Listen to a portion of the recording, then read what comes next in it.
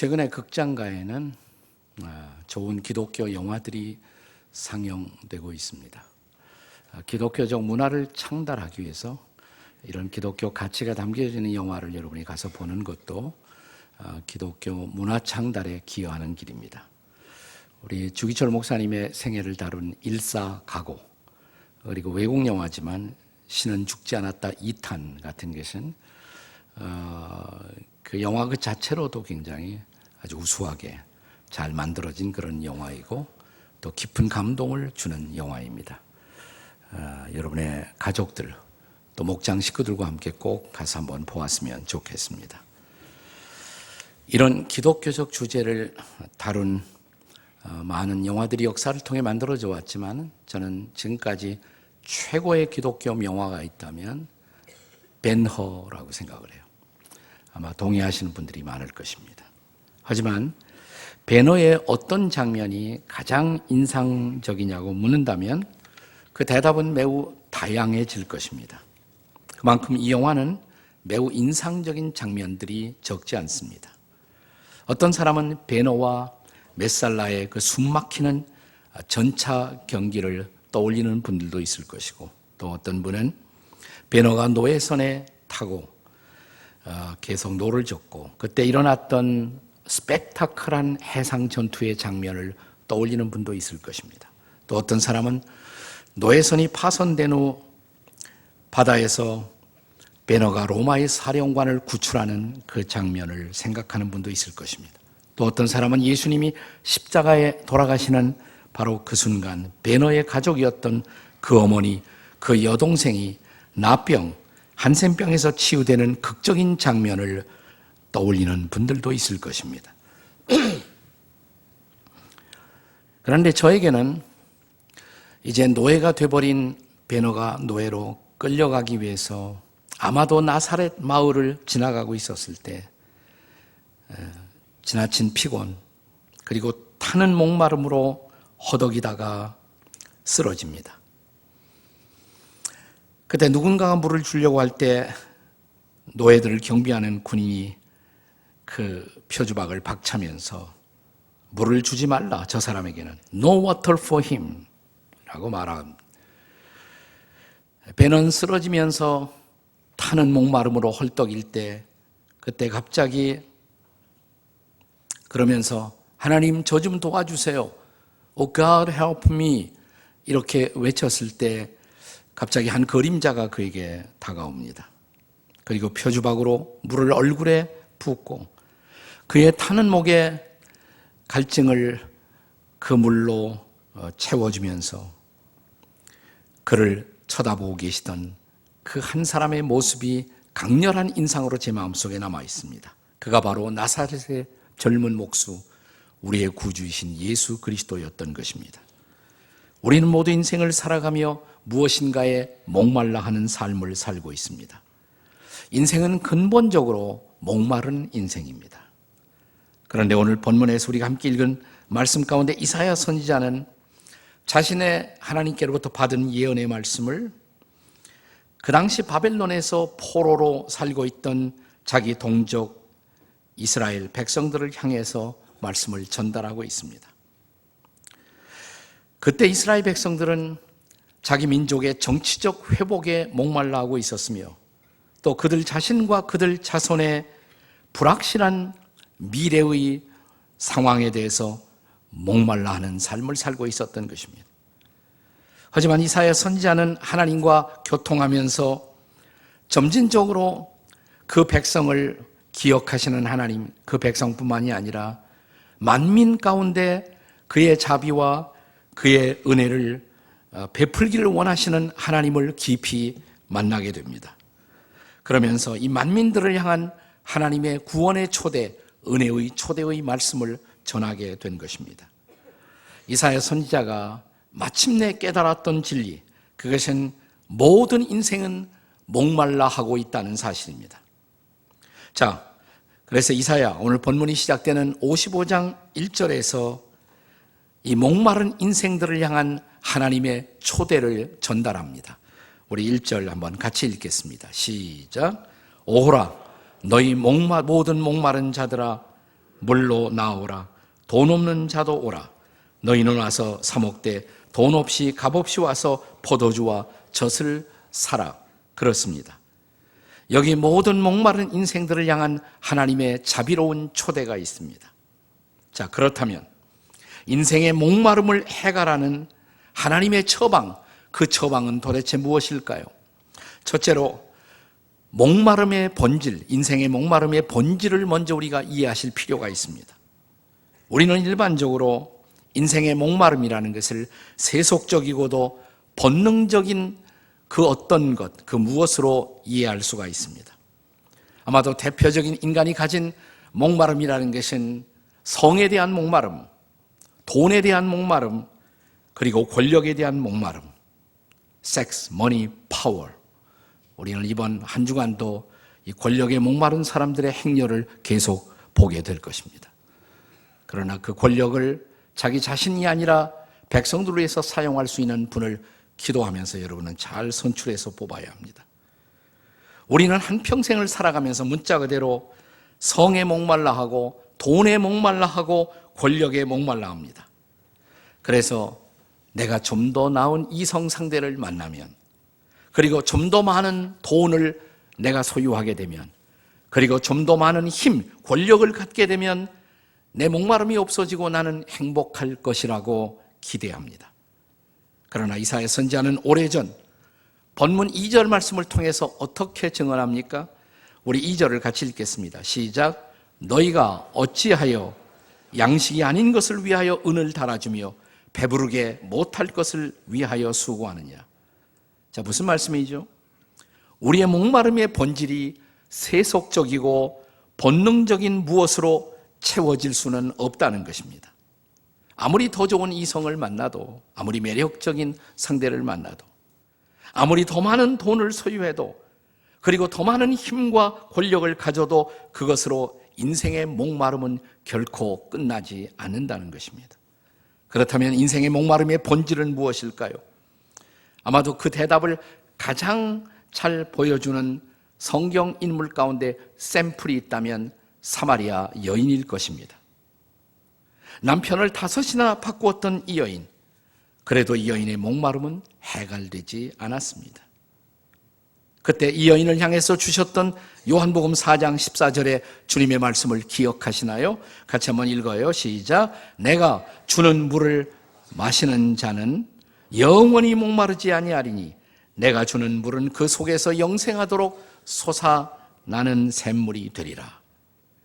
여기서 예수님은 목마름의 본질이 육적인 것이 아니라 영적인 것이고, 영원한 생수, 영적인 것이다 이 말이에요.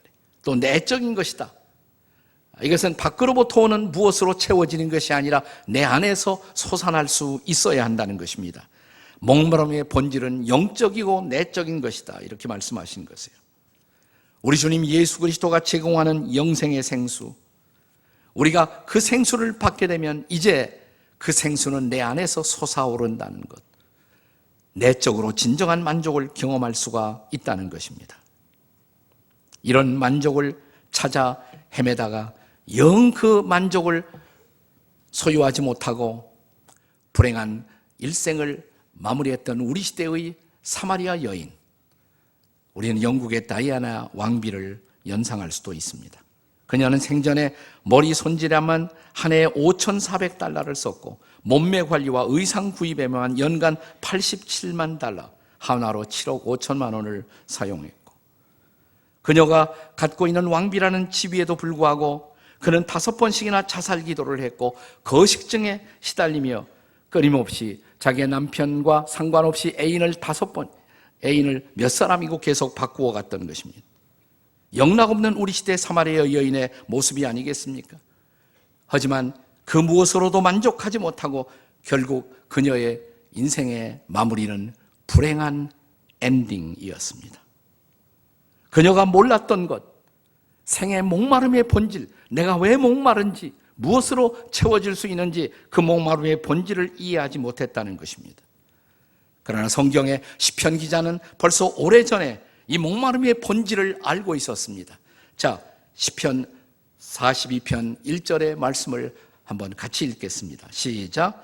하나님이여, 사슴이 시냇물을 찾기에 갈급함같이 내 영혼이 주를 찾기에 갈급하나이다. 내 영혼이 무엇 때문에 목말라 한다고요? 주를 찾기에, 주님을 찾기에 갈급해하나이다. 그렇습니다. 인생의 목마름의 본질은 섹스도 아니고 머니, 돈도 아니고 파워, 권력도 아니고 우리의 목마름의 본질은 하나님을 향한 것, 하나님을 찾기에 갈급하다고.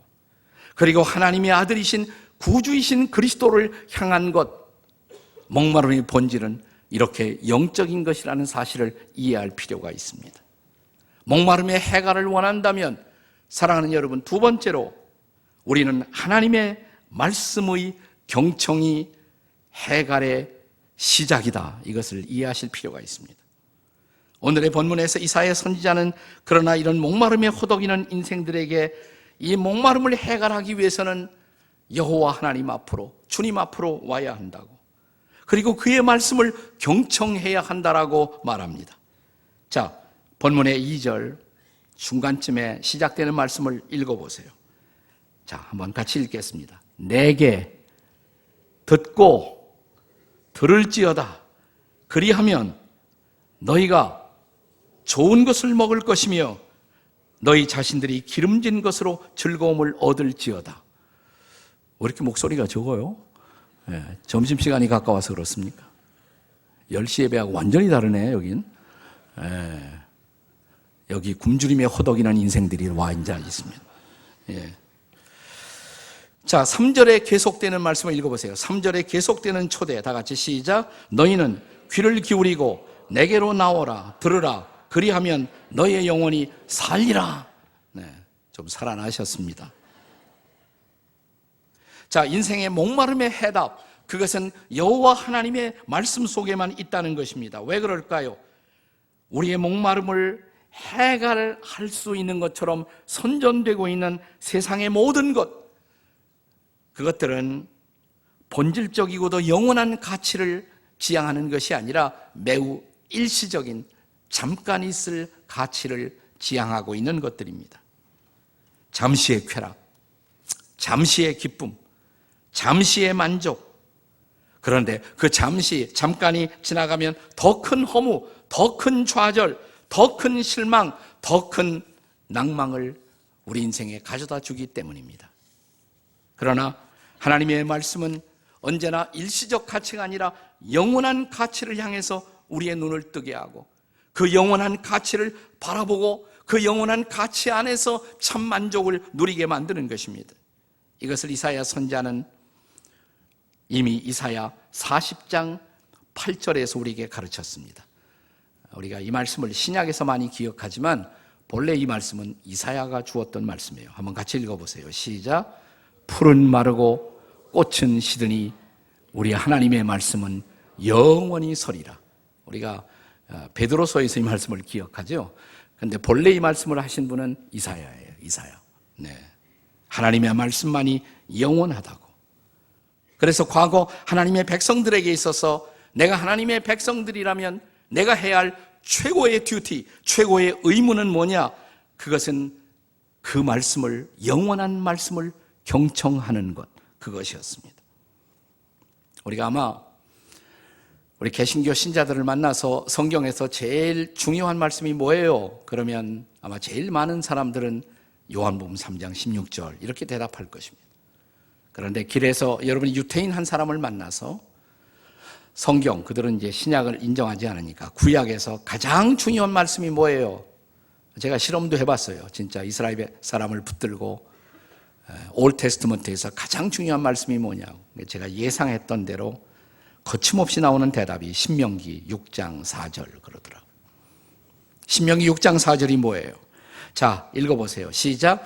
이스라엘아 들으라. 우리 하나님 여호와는 오직 유일한 여호와시니.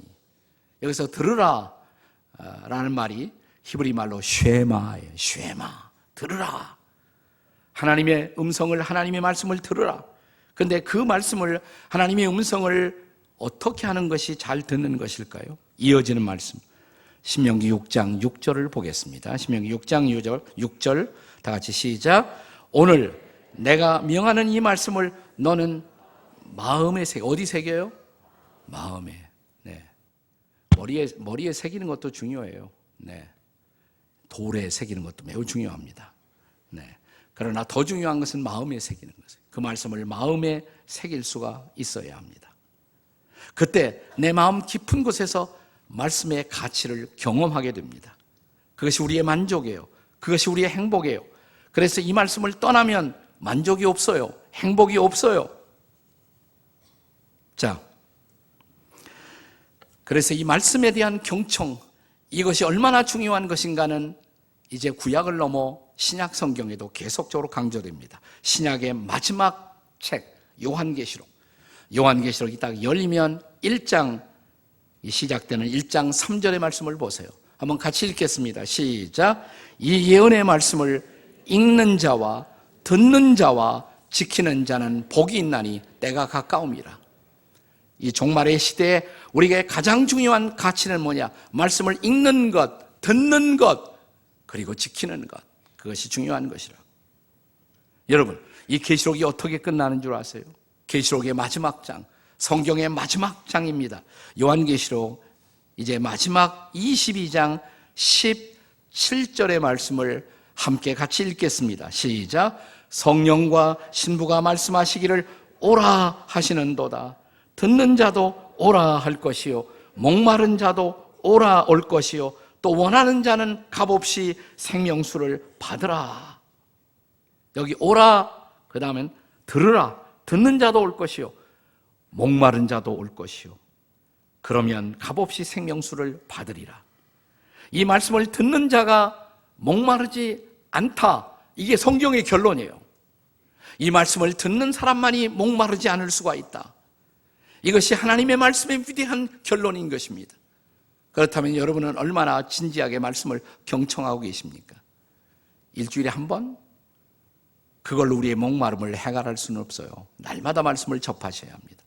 그래서 주일 예배 이외에 우리가 날마다 큐티한다는 것, 날마다 말씀을 펴서 그 말씀을 접하고 그 말씀을 붙들고 하루하루를 살아간다는 것, 말씀의 경청은 그렇게도 하나님의 백성들에게 중요한 것입니다. 옆에 사람들에게 제발 날마다 말씀 읽고 사세요. 이렇게 시작. 제발 날마다 말씀을 읽고 삽시다. 네. 우리가 정말 우리의 목마름을 해결하기 위해서 우리에게 필요한 처방, 마지막 세 번째는 이사야 선지자의 대답입니다. 다윗과의 영원한 언약, 거기에 바로 목마름의 해답이 있다고 말합니다. 다윗과의 약속, 그 속에 인생의 목마름에 대한 정답이 있다고 말합니다. 자, 여기 3절에서 이제 이사야 선지자는 저와 여러분을 영원한 언약의 자리, 약속의 자리로 초대합니다. 네, 거기에 하나님의 놀라우신 은혜가 우리를 기다리고 있어요. 자, 읽어보겠습니다. 3절입니다. 시작. 내가 너희를 위하여 영원한 언약을 맺으리니 곧 너희에게, 다윗에게 허락한 확실한 은혜니라. 옛날 다윗과 맺었던 약속, 거기에 확실한 은혜가 있다고, 확실한 은혜가 있다고. 우리의 목마름을 해결할 수 있는 놀라운 은혜가 다윗과의 언약 속에 있다라고. 아니, 하나님이 다윗하고 무슨 약속을 했어요? 네, 사무엘하 7장 12절이 대답입니다. 사무엘하 7장 12절 한번 읽어보세요. 시작. 내가 네 몸에서 날 네 씨를 네 뒤에 세워 그의 나라를 견고하게 하리라. 하나님이 다윗을 불러서 다윗과 약속한 것이에요. 네 몸에서 날 너의 씨, 그 네 씨가 바로 영원한 나라를 이 땅에 세우게 될 것이다. 일시적 나라가 아니라 영원한 나라. 그 씨가 누굴까요? 예수님이죠. 자, 이어지는 사무엘하 7장 16절입니다. 7장 16절 읽습니다. 시작. 네 집과 네 나라가 내 앞에서 영원히 보존되고 내 왕위가 영원히 견고하리라. 내 후손 가운데 영원한 왕위를 갖고 영원히 왕이 되어 우리 인생의 모든 문제를 해결할 분이 올 것이다, 이 말이에요. 예수님에 대한 언약이죠.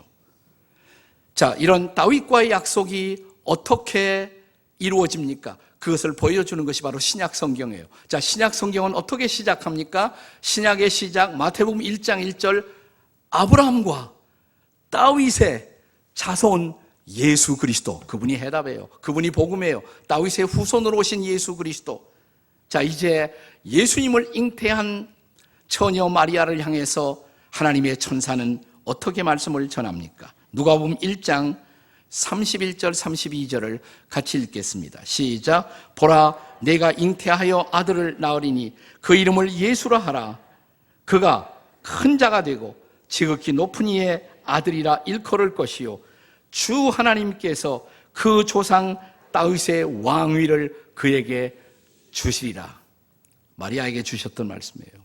너를 통해서 태어날 그가 바로 다윗의 왕위를 물려받아 영원한 왕국을 세우고 또 영원한 하나님 나라의 백성이 되어 그들이 이 약속 안에서 영원한 하나님의 은혜를 누리게 될 것이라고. 그가 바로 우리들의 왕이신 예수 그리스도이십니다. 그가 우리의 만족이십니다. 그가 우리의 구주이십니다. 그가 우리의 주님이십니다. 그것이 우리에게 복음이에요. 그가 우리를 영원한 나라의 백성으로 삼으시고 그 백성들에게 목마르지 않는 은혜를 주신다고. 이것이 바로 다윗에게 약속했던 그 확실한 은혜라고 말하는 것입니다. 여러분, 우리가 그 은혜를 받으며 살 수가 있다는 것, 감사한 일 아니에요? 찬양한 일 아닙니까? 저는 오늘 설교의 화두로 영화 베노의 이야기를 소개했습니다. 자, 노예로 끌려가던 길에서 목이 타던 그에게 물을 주었던 나사렛 예수. 베노는 그를 이 영화의 말미에서 한 번 더 만나게 됩니다. 자, 그가 자기의 어머니와 자기 누이 동생이, 베노의 어머니와 누이 동생이 나병 환자들의 골짜기에 있다는 것을 확인하게 됩니다. 자기가 어떻게 할 일이 없어요. 이 안타까운 사실, 도움이 될 수가 없어요. 그때 복음의 소식을 듣습니다. 기적을 행하는 사람이 있다고, 사람들에게 놀라운 자비를 베풀고 있는 사람이 있다고. 그의 이름은 나사렛 예수라고. 그를 찾아갑니다.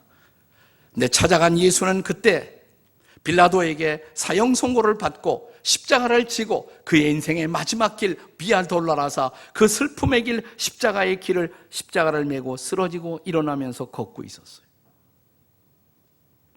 베노는 저분이 기적의 사람이란 말이지, 저분이 사람들을 고치는 사람이란 말이지, 근데 저분이 왜 저렇게 쓰러지며 십자가를 지고 저 길을 가고 있는가 보니까 그분이 너무 안타까운 모습이에요.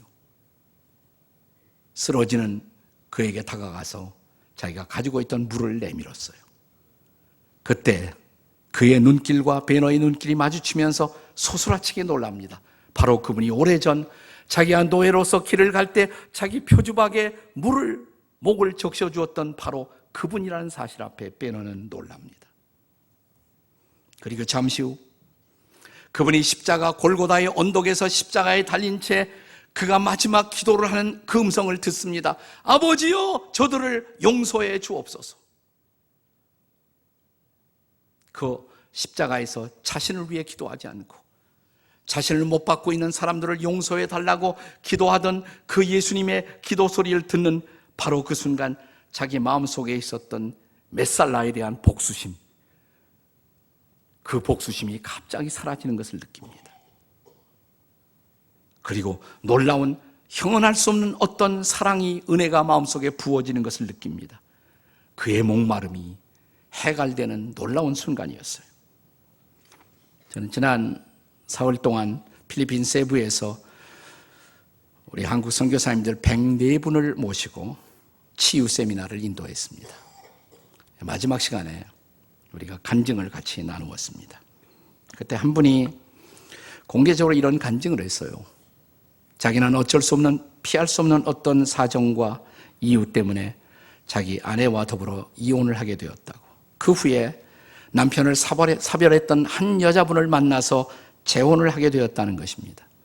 근데 그 과정에서 자기에 대해서 정확하지 않은 잘못된 소문들이 퍼지기 시작했다고. 그건 뭐냐면 이혼도 안 하고 또 다른 여인과 다시 산다는 소문이 돌면서 그는 결국 선교사 직분을 파직받게 됩니다. 결정적으로 자기에게 악의에 찬 류머를 퍼뜨리고 선교사직을 박탈하게 만들었던 사람들 알아보니까 한 3사람이 있었대요. 그 3사람에 대한 깊은 미움이 자기 안에서 자라나기 시작했습니다. 그가 비록 그리스도인이고 선교사까지 했지만 내가 살아있는 동안 저 3사람은 절대로 용서할 수 없다. 저 3사람만은 결코 용서할 수 없다. 이런 마음을 가지고 그는 살아왔었다는 것입니다. 그리고 기독교 집회도 별로 참석 안 하다가 이번에 제가 인도하는 그 집회에 참석을 했어요. 이분이 은혜를 받았습니다. 하나님의 깊은 사랑이 부어졌고 하나님의 용서하시는 손길을 체험하게 된 것입니다. 그리고 우리 앞에서 공개적으로 나는 절대로 용서하지 않겠다고 말했던 그 3사람에 대해서 오늘 공개적으로 여러분 앞에서 그 3사람을 용서하기로 결심합니다. 왜? 용서받기 어려운 죄인이 바로 나 자신이었는데 나를 용서하신 그분의 사랑, 그분의 은혜를 생각하니까 내가 그 3사람을 용서하게 된 것입니다. 한순간 자기 마음속에 오랫동안 틀어잡고 있었던 미움과 복수가 떠나가는 것입니다. 사랑과 용서가 임하는 것입니다. 그의 목마름이 비로소 해갈되는 놀라운 순간이었습니다. 그 일을 하신 분은 바로 예수님이시죠. 여러분, 그 예수님이 십자가에 매달려 계셨을 때 그 십자가에서 외쳤던 말씀 가운데 한마디를 기억하십니까? 내가 목마르다. 내가 목마르다. 그가 십자가에 달리신 이유, 우리의 목마름을 대신하기 위해서 그가 목마른 죄인이 되어 십자가에 달리신 것입니다. 그것은 우리가 목마르지 않도록, 우리가 목마름을 해결하고 새로운 인생을 살도록 그는 우리의 목마름을 대신해 그 십자가에서 그 고통과 그 형벌과 그 저주를 받으신 것입니다. 그는 이제 우리의 치유자가 되어 계십니다. 그분을 만나셨나요? 아니, 아직도 목마르신가요? 내가 예수 믿지만 아직도 목마르다고 느끼는 분 계십니까? 그렇다면 내가 그 예수님을 깊이 만나지 못했기 때문에, 그 사랑을, 그 은혜를, 십자가의 사랑을 더 깊이 만나지 못했기 때문에 아직도 나는 목마름에 허덕이는 인생을 살고 있는 것일까요? 그렇다면 오십시오. 다시 오십시오. 십자가 앞에 오십시오. 거기서 주께서 주시는 그 말씀을 경청하십시오. 그리고 그분과의 은혜 속에 들어가십시오. 그가 당신을 어떻게 사랑하시고 어떻게 용서하시고 어떻게 받아주시고 어떻게 품에 안아주시는지 그분의 놀라운 사랑을 다시 한번 경험해 보십시오. 그리고 이제 그분과의 사랑에 빠져보십시오. 그러면 내 안에 생수가 솟아날 것입니다. 그리고 우리는 이렇게 고백할 수가 있습니다. 우리는 이렇게 노래하게 될 것입니다. 주님, 우물가의 여인처럼 저도 구했습니다. 헛되고 헛된 것들을 구했습니다. 그런데 그때 주의 음성을 제가 들었습니다. 내 샘에 와서 생수를 마시라고. 그래서 저 기도합니다. 주님 앞에 무릎 꿇고 기도합니다. 주님, 저를 채워주십시오. 저의 잔을 높이 듭니다. 하늘 양식으로, 세상의 것이 아니라 하늘의 양식으로 채워주십시오. 넘치도록 채워주소서. 그 은혜가, 그 사랑이 임하는 오늘 이 길을 주의 이름으로 축복합니다.